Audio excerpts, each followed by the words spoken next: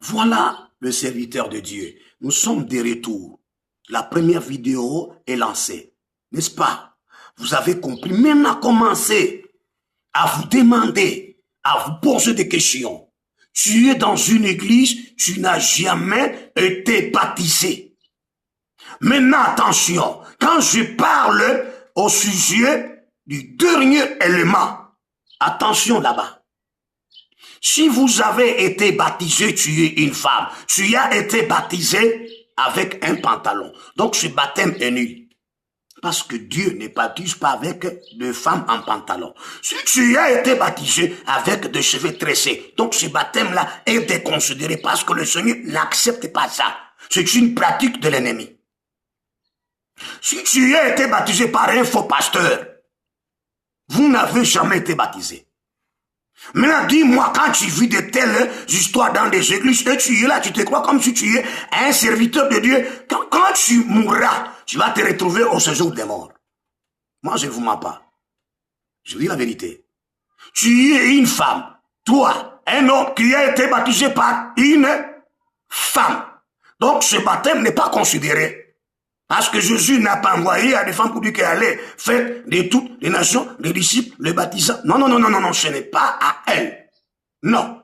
La femme ne peut jamais baptiser. C'est l'homme qui doit baptiser.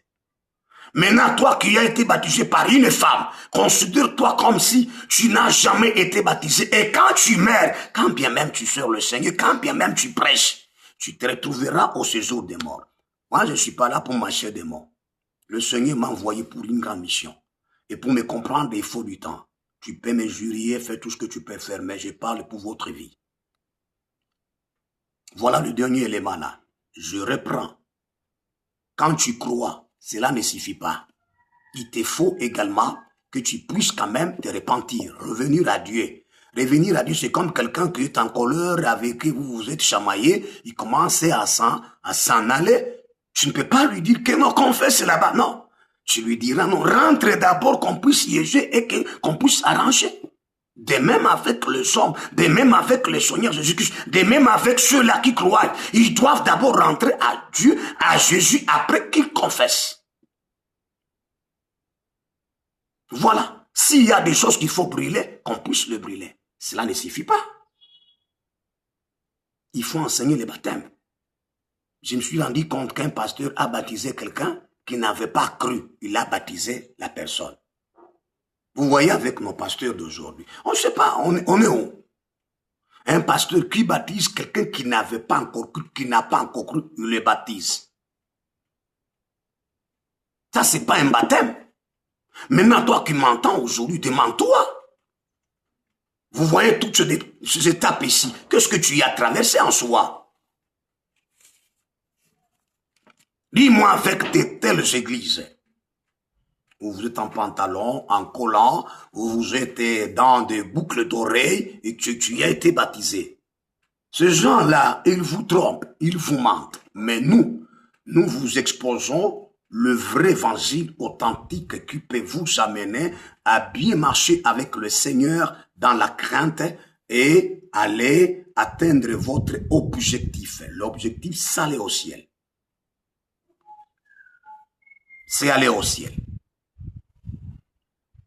Je suis certain que le peuple de Dieu, ils ont compris de quoi est-ce que je suis en train de parler. Dis-moi, vous avez été baptisé par un faux pasteur que vous croyez vrai. Qui, par exemple, couchait avec des femmes que vous ne savez pas. Vous n'allez pas me dire que non, quand lui vient vous baptiser parce que vous ne savez pas, automatiquement Dieu agrée ce baptême-là. Non. Jésus n'a pas laissé à un foutron, à un pécheur d'aller baptiser les autres. Non. Ne me dis pas que non, chaque personne a ses péchés. Vous ne savez pas, à moins que vous suiviez d'abord les vidéos là. Là où j'ai intitulé 4 sortes de péchés. Il y a le péché qui ne donne pas la mort. Le péché de contenter de voir, d'envier. Tu ne peux pas le demander à la personne pour dire que j'envie tes patates ou j'envie ta maison. Non. Tu peux en demander celle, voilà, c'est ça la guerre que nous avons. Oui, nous avons cru, mais en réalité, nous avons ces corps. La Bible dit ouvertement que ce corps a des désirs contraires à celui de l'Esprit Saint. Ça, c'est clair. Donc, j'ai toujours dit aux gens que le premier ennemi que vous avez, c'est le corps que vous avez. C'est pourquoi le corps a ses désirs d'aller se satisfaire, mais à toi de les priver. C'est pourquoi l'apôtre Paul dit que non, j'admire que la loi de Dieu est sainte et spirituelle, mais moi je suis charnel, vendu au péché. Vous comprenez par là? Vendu au péché. En soi, il dit que non, j'admire que la loi de Dieu est bonne. Mais il y a encore une loi du diable aussi qui m'attire. Après quoi, il se sent avoir une loi de son entendement. Tu comprends là? Là, automatiquement, il se dit que non, je me sens toujours dans le péché. Donc, le corps le réclame. Mais grâce à Dieu, grâce à Jésus-Christ, pour quelle raison? Parce que il s'est livré pour nous qui avons cru. Et quand tu as cru comme ça, cela ne signifie pas que automatiquement tu as le salut en toi. C'est pour cette raison, les gens qui vous disent qu'une fois tu crois automatiquement, tu es justifié, tu as le salut en toi. Non, il y a un processus. Il y a un processus. Vous allez me dire, l'apôtre Paul vient où c'est en Éphèse. Il trouve le disciple, environ 12 disciples. Il leur pose la question, avez-vous reçu, avez-vous été baptisé du Saint-Esprit? Il lui dit, non, nous avons été baptisés tout simplement du baptême de Jean. Et quand tu nous parles du Saint-Esprit, nous n'avons jamais même entendu qu'il existe un Saint-Esprit. Maintenant, dis-moi, avec ces gens-là, ils ont fait beaucoup d'années. Ils ont fait tout simplement beaucoup d'années dans cette étape-là. Dis-moi s'ils mouraient, ils seront comment? Ils sont perdus. Mais vous ne jouez pas de Dieu à moins que vous ne compreniez pas tout le plan de Dieu que le Seigneur a tout simplement établi. Ou vous ne comprenez pas les processus de Dieu, ou vous ne comprenez pas le dessein de Dieu. Hein? C'est ainsi on se rend compte qu'on ne sent pas vraiment les disciples. On ne sent pas vraiment le vrai chrétien. Non. C'est ainsi forme les disciples. Enseigne-leur. Ne prêchez pas. Prêchez aux païens, mais enseigne à ceux-là qui ont cru. Pour qu'ils comprennent quoi est-ce qu'ils doivent faire pour ne pas avoir de problèmes. C'est la raison pour laquelle il y a d'autres qui avaient même entendu pour dire qu'en tout cas, tous ces gens qui étaient morts sans être baptisés sont perdus. Vous vous rendez compte quand nous lisons, prenons 1 Corinthiens chapitre 15, verset 29. Le disciple de Corinthe doivent se donner automatiquement parce qu'ils avaient leur frère qui était mort sans pour autant être baptisé. On leur prêchait clairement que ceux-là qui étaient morts sans être baptisés sont perdus. C'est exactement. Mais leurs frères ayant la peur, le vivant ayant la peur, ils se sont donnés à faire ce qu'on appelle le baptême par procuration. Le baptême par procuration, donc, c'est porter garant pour le frère, pour mon frère qui est mort. Or que par ce baptême, le Seigneur ne le reconnaît pas. La Bible là, vous lisez, mais il semble que vous faites ignorer les histoires et vous faites ignorer même les gens. Ceux qui leur prêchaient cela, c'était les apôtres. C'est pourquoi l'apôtre Paul profite d'occasion. Si vous dites que non, il n'y a pas la résurrection, pourquoi est-ce que vous vous faites baptiser au sujet de vos frères qui sont morts sans être baptisés? Pourquoi est-ce que faites-vous ce baptême par procuration? Voilà que les églises sont remplies de païens. Taxe-moi tout ce que tu veux. Lisons. 1 Corinthiens, le chapitre 15, le verset 29. Je ne peux pas prendre beaucoup de versets. Autrement, que feraient ceux qui se font baptiser pour le mort? Ceux qui se font baptiser pour les morts, si les morts ne ressuscitent absolument pas comme vous le croyez, pourquoi se font-ils baptiser pour eux, pour ceux-là qui sont morts? C'est ça qu'on appelle le baptême des morts.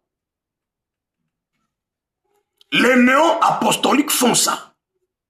Moi, je vous conseille, si vous êtes une communauté, une église qui, en réalité, font passer des gens par le baptême des morts qu'on appelle le baptême par procuration, ne le faites pas. Vous gaspillez votre temps. Donc ces gens-là qui sont morts, que vous croyez être chrétiens là, que vous croyez être les croyants, que vous croyez être sauvés, ils sont perdus. Pourquoi? Mais maintenant, je vous ai fait lire Luc chapitre 7, versets 29 et 30. Le verset 29, c'est parce qu'ils ont rendu nul le dessein de Dieu. Maintenant, dis-moi, de telles personnes qui rendent nul le dessein de Dieu, et ce sont ces gens que vous appelez pour dire que non, ils sont croyants, ils sont sauvés. Ça n'a pas de sens. Voilà ce que vous vous êtes inventé du n'importe quoi d'un évangile qui n'est pas authentique. Si vous voulez débat, je suis là. Le débat, ce n'est pas pour faire tort à quelqu'un. C'est pour le ramener sur le rail. Mais de partout où vous êtes, quand vous m'entendez, ce sont de tels chrétiens que nous avons. Il y a même des gens qui ont cru, mais en réalité, jusqu'à aujourd'hui, ils ne sont plus baptisés. Maintenant, dis-moi quelqu'un qui t'a baptisé au nom de William Branham. Au nom de tel, vous êtes perdu. Dis-moi quelqu'un qui t'a baptisé dans la même rivière. Il te dit quoi? Je te baptise au nom du Père, du Fils et du Saint-Esprit. Non, c'est un faux baptême. Ce baptême-là n'est pas reconnu par Dieu. On baptise au nom de Jésus-Christ, celui qui doit faire l'œuvre sur la croix. Sur la croix, ce n'est pas le Saint-Esprit qui fera l'œuvre sur la croix. Ce n'est pas le Père qui doit faire l'œuvre sur la croix. C'est ainsi quand vous combinez, je te baptise au nom du Père, du Fils et du Saint-Esprit. Tu as faussé les baptêmes automatiquement. Tu dois refaire ces baptêmes de cet homme-là. Allez les baptiser au nom de Jésus qui, en réalité, il est mort sur la croix. Il a versé le sang pour nous. Le Saint-Esprit ne verse pas le sang. Le Père ne verse pas du sang. Vous comprenez? Écoutez-moi, toi qui es harcelé, les justifier. Pourquoi est-ce que vous trompez les gens? Pour dire que non, une fois tu as cru, tu es sauvé. Ce n'est pas ça. Ça, c'est mettre toujours le peuple de Dieu dans le péché. C'est pour cette raison, nous avons tellement dans des églises de païens. Dis-moi, vous qui se tressez les cheveux, si le Seigneur refuse même que le baptême que vous avez subi avec le cheveu tressé, que c'est pas un baptême, à combien plus forte raison toi tu vis? Avec des tressements de cheveux chaque jour, avec des perruques chaque jour, avec des postiches chaque jour. Après pas, tu te dis que tu es enfant de Jésus, enfant de Dieu. N'est-ce pas, est-il dit que non, quiconque croit, il croit que Jésus est mon sauveur et mon Seigneur. C'est-à-dire, tu ne peux pas t'en détourner d'un seul élément. Dire que non, Jésus est mon sauveur, c'est-à-dire tu acceptes d'abord ce que le Seigneur a fait sur la croix. Alors dire que est mon Seigneur, donc tu es censé d'observer ses lois. Mais pourquoi est-ce que tu te diras que non, Jésus est mon sauveur, est mon Seigneur, et que tu n'observes pas ses lois? Pourquoi? Donc ça pose déjà un problème. C'est la raison pour laquelle je vous dis que vous tous et vous toutes qui suivront cette vidéo, essayez d'analyser. Il y a beaucoup de choses qu'il faut vous dire. Il y a beaucoup de versets bibliques qui témoignent ce que je suis en train de dire. Mais qu'à cela ne tienne, il n'est pas question que nous vous présentions beaucoup de versets bibliques. Et toi, pasteur, qui est passé par de tels baptêmes, tu as baptisé le gens. Tu as baptisé le gens au moment où tu te sentais dans des grandes faiblesses, où tu avais couché avec une sœur de l'église, mais tu t'en donnais parce que le gens ne te connaissait pas. Tu es allé baptiser ces baptêmes-là. Si possible, allez dire à ces gens-là que non, ça serait possible que vous alliez trouver les vrais pasteurs pour vous baptiser. Parce que moi, je vous avais baptisé au moment que j'étais encore pécheur. C'est impossible qu'un pécheur aille baptiser un croyant. Un pécheur aille baptiser un croyant. Vous voyez, devant vous, vous allez vous dire que vous êtes rétrogradé. C'est bien avec le terme là. Il y a les rétrogradés, ainsi que ceux-là, les égarés, d'accord avec vos termes là. Donc devant Dieu, c'est comme ça. C'est-à-dire, quand quelqu'un que je suis, et que je suis tombé parfois, par exemple, avec une femme d'autrui, automatiquement devant Dieu, le Seigneur me considère un pécheur. Un pécheur qui n'a pas droit à exercer n'importe quelle donc fonction religieuse dans le temple. Parce que Dieu a Dieu la sainteté. Vous oubliez, c'est que le souverain sacrificateur dont on écrivait sur son bonheur, on écrivait sainteté à Dieu. Dieu même l'a parlé ouvertement en Lévitique, le chapitre 19, le verset 1 et 2. Et dit à Moïse d'aller dire à Aaron à son tour de dire à ses enfants et à dire également à l'assemblée des enfants d'Israël que soyez saints, car votre Dieu est saint. Car moi je suis saint, votre Dieu. Voilà déjà ça pose de ça un problème. Maintenant, vous qui êtes le chrétien comme vous voulez qu'on vous appelle, vous ne savez pas ce que traversent vos pasteurs. Moi, je demande que vous, les pasteurs qui êtes rétrogradés, vous, les pasteurs qui, en réalité, vous vous retrouvez dans une grande faiblesse parce que tu t'es donné à entrer dans des gangas ou également à entrer dans des fétiches pour promouvoir, remplir vos églises et vous baptiser les gens. Ce n'est pas un baptême, mais vous, les chrétiens, vous devez dire attention. Il faut faire part des choses pour que vous compreniez de quoi est-ce que vous vous amenez, vous vous amêlez. Voilà ce que voulais-je vous parler à ce qui concerne la justification. Nous avons été justifiés au nom du Seigneur Jésus-Christ. Là, c'est très clair. Et non pas être justifiés par le Saint-Esprit. Jamais. Maintenant, écoutez-moi, vous qui dites que la croix de Jésus, automatiquement, quand nous avons cru, nous sommes déjà sauvés. Non, c'est une erreur. La croix de Jésus ne sauve pas. Je vous dis la vérité. La croix de Jésus ne sauve pas. La croix de Jésus justifie. La croix de Jésus que vous voyez là ne sanctifie pas. Non. Je reviendrai avec vous. Vous allez comprendre de quoi est-ce que je suis en train de parler. C'est pour cette raison, ne dis pas que je te baptise au nom du Père, du Fils et du Saint-Esprit. Jamais. À moins vous avez oublié ce que Jean a dit quand tu s'adressais au peuple. Que moi je vous baptise d'eau seulement. Mais celui qui vient après moi, qui a le pouvoir, auquel moi je n'ai pas droit de délier même ce courroie. Vous comprenez? Il n'avait même pas le pouvoir de délier ce courroie. Non. Il dit celui qui vous baptisera dans le Saint-Esprit et dans le fait.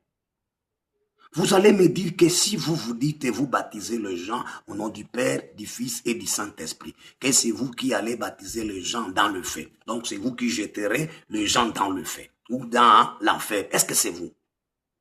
Le fait là signifie quoi? C'est ça l'enfer que le Seigneur Jésus, que le Dieu lui-même va s'en charger. Il n'est pas question pour dire que toi, pasteur, tu te mettras quelque part comme ça, ou un chrétien prendre encore d'autres personnes comme ça qui ont tous les péchés et les jeter dans le feu. Non, c'est pas vous. Vous comprenez pas là? Comprenez ce que, si vous avez commis déjà de telles erreurs, vous qui êtes les pasteurs, alors vous devez qu'à remettre en cause des histoires là pour dire que non, vous devez recommencer le travail. Oui, oui. Même dans la vie quotidienne comme ça, il y a un travail que vous avez mal fait. Après quoi, vous vous dites, il faut que je recommence. Que je recommence, c'est ça. Recommencez. Que le Seigneur vous aide, c'était ça. Que le Seigneur vous soit en aide, c'était ça. Il y a des pasteurs moins sérieux qui se sont déjà fait des pactes avec le monde de Satan. Après quoi, ce sont eux qui vous baptisent. En fait, des comptes d'abord, avant d'entrer dans une des églises, prie d'abord que le Seigneur t'oriente. Seigneur, où est-ce que je vais fouler mes pieds? Montrez-moi où mettrai-je, en tout cas, mon pied, pour que je ne puisse pas me perdre, parce qu'aujourd'hui, en tout cas, on a du mal même à avoir confiance dans tel ou tel serviteur, parce que les choses ne marchent pas. Voilà ce que nous vous disons. Maintenant, vous qui avez passé par de tels baptêmes, vous courez déjà un grand risque. C'est un grand risque que vous courez. Vous avez été baptisé au nom du Père, du Fils et du Saint-Esprit. Non, non. C'est un grand risque. Donc tout cela, le Seigneur ne le reconnaît pas. Que le Seigneur vous bénisse, c'était le berger Seba Ilungadadi. Vous voyez que les gens ont fini par faire tout simplement de se faire par un baptême de procuration pour ce frère-là qui était chrétien, qui sont morts sans être baptisés. Et toi qui l'église n'est pas être baptisé, tu mourras aussi comme ça. Ne dis pas non, le Seigneur, quand j'écris, c'est terminé. Non, respectez les processus. C'est-à-dire quoi? Quand quelqu'un croit, là, c'est tout à fait la première étape. Il doit se repentir. Il faut aller au second élément, la repentance. Sous la repentance, là-bas, c'est là, vous trouverez les trois éléments nécessaires que je ai dit. La confession, le baptême d'eau et la Sainte Seine. C'est la raison pour laquelle vous qui n'êtes pas baptisés, vous n'êtes pas autorisés de passer à la Sainte Seine. Posez-vous des questions pour quelle raison? Vous n'avez pas part avec le Seigneur. C'est ça ce que ça signifie. Vous n'avez pas part avec le Seigneur. Et quand vous vous donnez de prêcher, vous êtes trop têtu. Vous vous donnez des kilos de prêcher. Félicitations. Hein? Vous ne faites pas part avec quelqu'un, mais c'est lui à qui que vous êtes en train de te donner pour prêcher. Vous comprenez par là? Comment est-ce que les gens pourront croire? Comment est-ce que les gens pourront croire s'il n'y a pas le prédicateur? Est-ce que tu es envoyé? À moins que qu'on lise ces versets bibliques pour quand même vous donner une idée quelque part. Vous-même, vous lisez quand même en Rome, le chapitre 10. Lisons ces passages-là quand même pour que je puisse terminer parce que je vous ai pris du temps pour ne pas compliquer les histoires. Le chapitre 10, le verset 14 jusqu'au verset 15. C'est très clair. Comment donc invoqueront-ils celui en qui ils n'ont pas cru? Si tu n'as pas encore cru, tu es dans l'église et que tu pries. Mais je suis certain que tu gaspilles ton temps pour rien. Comment quelqu'un peut-il commencer à invoquer le Seigneur, à prier le Seigneur, à appeler le Seigneur, tant qu'il n'a pas encore cru? À vous de donner des réponses. Et comment croiront-ils en celui dont ils n'ont pas entendu parler? Les gens ne peuvent pas croire s'ils n'ont pas entendu parler. C'est pourquoi nous prêchons. C'est pourquoi nous vous enseignons. Pour que vous veniez, vous les païens, croyez. Tu ne peux pas t'en donner, maman, tu es païenne, après quoi, tu te rends dans une église pour commencer à prier. Tu pries qui? Comment est-ce que tu peux prier à la personne à qui tu n'as pas encore cru? C'est pour cette raison la croyance est tellement nécessaire. Et comment en entendront-ils parler s'il n'y a personne qui prêche? Comment est-ce que ces gens pourront-ils entendre parler quelqu'un s'il n'y a pas quelqu'un qui prêche? Donc il y a un prédicateur qui prêche. Il y a un enseignant qui enseigne. Et comment y aura-t-il des prédicateurs s'ils ne sont pas envoyés? Comment un prédicateur peut-il prêcher? Comment un enseignant peut-il enseigner s'il n'avait pas été envoyé? Donc attention, il y a ceux-là, vous qui enseignez, vous qui prêchez de vous-même, sans que vous n'avez pas encore cru. Qui vous avez envoyé? Qui? C'est la raison quand on est tellement insuffisant. Et tout ce que tu fais devant les autres, c'est toujours de l'insuffisance. Nous, quand nous vous prêchons, c'est parce que nous avons été mandatés, envoyés par le Seigneur. Et c'est pour cela que nous vous présentons une réalité, l'évangile authentique. N'oubliez pas ces éléments-là. Tu as cru, je ne m'en dis qu'on ne vient pas, d'accord. Alors, tu dois te repentir. Dans la repentance, c'est là où tu dois retrouver, tu dois confesser. Il y a ceux-là qui vous disent que non, vous savez, une fois tu as cru, même si tu ne confesses pas. Pourquoi? Ils prennent utiliser l'épître aux Corinthiens, deuxième épître aux Corinthiens, chapitre 5, verset 17, pour dire que non, quand on est en Christ, on est une nouvelle créature, mais vous ne connaissez pas quels sont les processus pour être en Christ. Voilà. Vous n'en connaissez pas. Que non, les choses sont passées, les choses anciennes sont devenues passées. Mais comment est-ce que ces choses-là seront-elles passées si vous ne passez pas par ces étapes? Donc il y a un processus. Que le Seigneur vous soit favorable. C'était le berger Sheba Ilongadadi qui vient de vous étaler la justification dont l'apôtre Paul parle de temps à autre, que la plupart des gens parfois l'ignorent, pour dire que quand vous croyez dans ce coup, automatiquement déjà, vous êtes en tout cas sauvé. Ce n'est pas ça. Maintenant, quand la personne a tout réalisé, toutes ces étapes-là, c'est cet enfant qu'on appelle un enfant. Un croyant considéré comme un enfant qui est demandé à grandir. Ce n'est pas un fils. Parce que cet enfant-là, c'est un enfant qu'on ne peut pas recommander, qu'on ne peut pas donner de responsabilités. C'est ainsi, la plupart des gens laissent des gens conduire les autres qui sont des enfants. On ne laisse pas à un enfant conduire les autres. On laisse à un fils conduire les autres. Alors que le Seigneur nous aide, nous arriverons maintenant avec un enseignement qui va traiter sur la purification. Qu'est-ce que la purification? Là, c'est très nécessaire Que Dieu vous soit en aide. C'était le berger Sheba Ilungadadi. Abonnez-vous si vous trouvez nécessaire. Alors likez et également partagez. Il y a posé des questions posées. Nous sommes présents. Amen.